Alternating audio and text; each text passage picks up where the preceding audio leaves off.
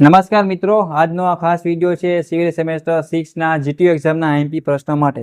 Subject સારામાં સારો છે કયો છે તો કે ટ્રાફિક એન્જિનિયરિંગ, બ્રાન્ચ કોડ 6 ખબર જ હશે અને આ સબ્જેક્ટ કોડ છે 4360-606. હવે આ સબ્જેક્ટમાં પાસ થવા માટે આપણે મોસ્ટ આઈએમપી પ્રશ્નો છે 30, કેટલા વધારે નહીં, ખાલી 30 પ્રશ્નો ગુજરાતી અને ઇંગ્લિશ બે ભાષામાં બનાવેલા છે. તો જે મિત્રોને ફ્રી ઓફ કોસ્ટ આ સબ્જેક્ટની તૈયારી કરવી હોય તો વિડીયો તમારે ખાસ લાસ્ટ લગી જોવાનો છે. અને બીજા બે પોઈન્ટની વાત કરીએ. જો બધોય મિત્રો ઘણા બધા હોશિયાર મારા જે હોય એ શું કરે, બધું વાંચી જાય, ખબર જ છે કે આ પ્રશ્ન આવવાનું છે, રટો મારે ગોખે ગમે એ કરે, પણ એને એ ખબર ના હોય કે આવી રીતના કરવાથી ભેગું થતું નથી. એના માટે બે પોઈન્ટ બધા મિત્રોને જ્યાં લગી જીટીયુમાં ભણો છો તમે ત્યાં સુધી ધ્યાનમાં રાખવાના છે. બે પોઈન્ટ ક્યાં છે તો કે તમારે જીટીયુનું પેપર ને પેપર સ્ટાઇલ પ્રમાણે લખવાનું અને આકૃતિ જે પ્રશ્નમાં આવતી હોય અથવા તો તમે દોરી શકતા હો એમાં તમારે ઓછામાં ઓછી 10 કે 15 આકૃતિ આખા સબ્જેક્ટમાં આખા પેપરમાં હોવી જોઈએ, તો તમે પાસ થશો. બાકી બધું આવડતું ખાલી થિયરીના ફકરા ભરી દીધા હોય તો ભેગું થાય નહીં. રેડી? તો આ બે પોઈન્ટ સુધારો, પછી વાંચવા તરફ આગળ જાઓ. પેલા શું કરે, 12 વાગ્યા વાંચે, 3 વાગે ઉઠે, અમુક ઓછા જેવા હોય તો હુવે જ નહીં, આખી રાત ખેંચી અને ખાલી થિયરી કરી નાખો કે તમે એક્ઝામ્પલ કરી નાખો તો પેપર સ્ટાઇલ પ્રમાણે લખશો નહીં ને એટલે પેપર ચેક થતું હોય છે ને એટલે આમ જ થાય, આમ જ સારું લખ્યું હોય છે ને આમ હાસ્યો પાડી વ્યવસ્થિત આમ આખોથી દોરીને એટલે આમ જ થાય, કોઈ થિયરી વાંચશે નહીં. આજે હકીકત છે ને એ કહું છું. ઓકે, તો ચાલો આપણે હવે ટોપ 30 આઈએમપી પ્રશ્ન છે ટ્રાફિક એન્જિનિયર સિવિલ સેમેસ્ટર 6 અને mission Gujarat civil semester pass થવાનું છે લાસ્ટ સેમમાં છો તો બેકલોગ કેટી વગર. તો બે પોઈન્ટ કહી દીધા, એ બે પોઈન્ટનો અમલ કરો. પછી 30 આઈએમપી આપ્યા છે એ વાંચો. જો પછી ટાઈમ મળે, અમુક મારા જે નવરા હોય તો ટાઈમ હોય તો તમારે શું કરવાનું કે જૂના વર્ષ પેપર છે ને એ ડાઉનલોડ કરી નાખવાનું અને સોલ્વ કરવાના. તમને ખબર પડી જાય કેવા કેવા પ્રશ્ન જીટીયુ વાળા પૂછે. ઓકે, તો આપણે ક્વેશ્ચન નંબર 1 જીટીયુ એક્ઝામના આઈએમપી તરફથી આગળ વધશે. ઓકે, બરાબર. હવે ફટાફટ છે ને આપણે પ્રશ્ન તરફ આગળ વધી જઈએ તો આપણે ફટાફટ કામ છે એ આગળ વધી શકે જીટીયુનું. બરાબર છે.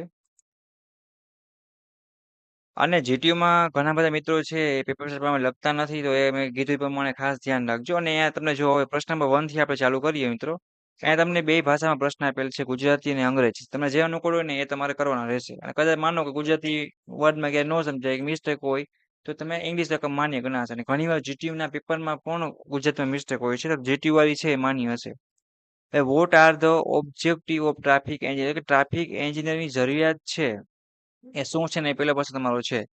પછી ટ્રાફિક એન્જિનિયરના કાર્યો શું છે મિત્રો, એ આપણે સહેલા છે. માર્ગ વપરાશ કરતા અને વાહનોની લાક્ષણિકતાનું વર્ણન કરવાનું છે. ત્રીજો પ્રશ્ન, થોટની વાત કરીએ પ્રતિક્રિયા સમય માટે PIEV ની થિયરી તમારે સમજાવવાની છે. Explain theory of reaction time with sketch.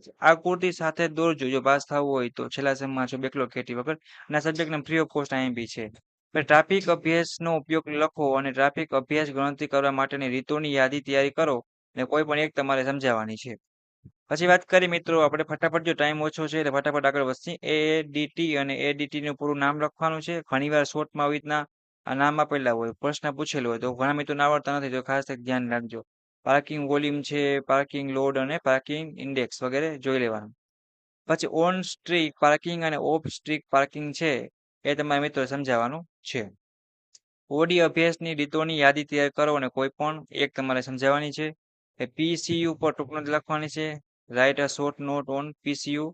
પછી અહીંયા તમારે સ્પોટ સ્પીડ છે, જર્ની સ્પીડ છે, રનિંગ સ્પીડ છે, એની તમારે વ્યાખ્યા મિત્રો આપવાની છે સ્પીડની વગેરે. એ પણ ખાસ જોઈ જાયજો. રેડી? પાર્કિંગ સિસ્ટમમાં સુધારાઓ લાવવા માટેના જે સૂચના હોય એ તમારે એક લખવાની છે, ઇમ્પ્રુવમેન્ટ. બરાબર? પછી વિવિધ પ્રકારના ટ્રાફિક ચિહ્નો છે, સિમ્બોલની યાદી બનાવવાની છે અને બધા જ પ્રકારના કોઈ 4 સિમ્બોલ સ્કેચ સાથે તમારે સમજાવવાના છે. પછી ટ્રાફિક ચિહ્નોનું મહત્વ સમજાવો અને ટ્રાફિક સિગ્નલની જરૂરિયાત છે તમારે સમજાવવાની છે. રોડ માર્કિંગના કાર્યો જણાવો અને ટ્રાફિક સિગ્નલના કાર્યો, એ મીન્સ કે ફાયદા છે અને ગેરફાયદાની યાદી બનાવવાની છે. પછી 14મી પ્રશ્ન વાત કરીએ, different between fix time signal and actual જે ટાઈમ હોય સંકેત સંચાલિત, આ બે વચ્ચેનો તફાવત આપવાનો છે. કોઓર્ડિનેટેડ સિગ્નલ સિસ્ટમના પ્રકાર લખવાના છે અને સિગ્નલ ડિઝાઇનમાં RRC મેથડ તમારે સમજાવવાની છે. પછી સ્ટીક ફર્નિચરને વ્યાખ્યાયિત કરો અને તેના પ્રકારોની યાદી બનાવો અને કોઈ પણ 5ના ઉપયોગ લખવાના છે. આપેલ પદોના ઉપયોગ સુઘડ સ્કેચ સાથે જણાવવાના છે મિત્રો, એ પણ ખાસ એક જોઈ જાયજો. પછી વાત કરીએ 18મા પ્રશ્ન, સ્પીડ બ્રેકર્સ અને રબર સ્પીડ સ્ટ્રીપ પર સુઘડ સ્કેચ સાથે તમારે સમજાવવાનું રહેશે. ટૂંક નોંધ લખો, રોડવે ડિલિનિએટર્સ, બરાબર છે. શબ્દ અઘરા બહુ છે, પણ તમારે તમારી રીતે તૈયારી રાખવાની. ગમે હું પૂછીએ આપણે જવાબ આવડતો હોવો જોઈએ.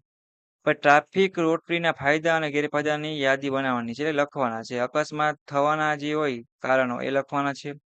અકસ્માતો જે થતા હોય છે માટેના ફનવારક પગલાં એ વિગતવાર તમારે સમજાવવાના છે. એક્સિડન્ટ ડિટેલ, બરાબર છે. અકસ્માતની જાણ અને રેકોર્ડિંગ કરવાની જે પ્રક્રિયા છે ને મિત્રો, એ તમારે સમજાવવાની છે. કે અથડામણ અને સ્થિતિ ડાયાગ્રામ આંખો સાથે તમારે સમજાવવાનું રહેશે મિત્રો. પછી વાત કરીએ 25મો પ્રશ્ન, તો વૃક્ષારોપણ એ તમારે સમજાવવાનું છે. HTMS ના હેતુ અને કાર્યો તમારે સમજાવવાના છે. ટૂંક નોંધ લખવાની છે, સ્માર્ટ ટ્રાફિક મેનેજમેન્ટ સિસ્ટમ અને બુદ્ધિશાળી પરિવહન વ્યવસ્થા સમજાવવાની છે. રોડ માર્કિંગ છે તમારે સમજાવવાનું છે મિત્રો. લાસ્ટ પ્રશ્નની જો વાત કરીએ તો એ કઈ રીતે છે કે ફૂટપાથ અને કર્બ માર્કિંગ માટે કયા પ્રકારની સામગ્રી અને રંગોનો ઉપયોગ થાય છે એ ખાસ છે. રોડ માર્કિંગ માટે વપરાતા વિવિધ રંગો તમારે આપવાના છે. પછી 31મો પ્રશ્ન વાત કરીએ, રાહદારી ક્રોસિંગ સુગર સ્પેસ તમે સમજાવવાનું રહેશે મિત્રો. પછી તમને અહીંયા હું આપ્યું છે, જો એક આ છે સ્થળોની ગતિ સર્વેક્ષણ નીચે મુજબ છે. તો એક દાખલો આપ્યો છે, ખાસ એક તમારે કરી નાખવાનો રહેશે. આ થિયરી હતી ને પછીના 30 પછીના એક્ઝામ્પલ છે કે જે તમારે ગણવાના છે. કે નો ગણવા હોય તો થિયરી કઈ પાસ થઈ શકો છો, બટ છેલ્લો ટાઈમ છે તો એટલીસ્ટ પાસ થઈ જજો, એ પણ બેકલોગ ખેતી વગર.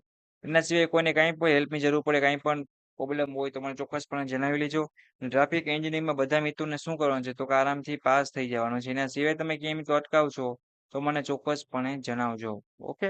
અને સિવિલ સેમેસ્ટર 6 નું એક વોટ્સએપ ગ્રુપ બનાવેલ છે, એમાં જોઈન થવાનું બાકી હોય તો જોઈન થઈ જાઓ. બધા સબ્જેક્ટ અહીં બી મળી રહેશે. પ્લસ આપણી યુટ્યુબ ચેનલ ગુજરાત એન્જિનિયરિંગ એકેડમીની પ્લેલિસ્ટ છે સિવિલની, એમાં પણ તમે મળી રહેવાનું છે. Okay, bye bye, take care, all the best for your GTU exam.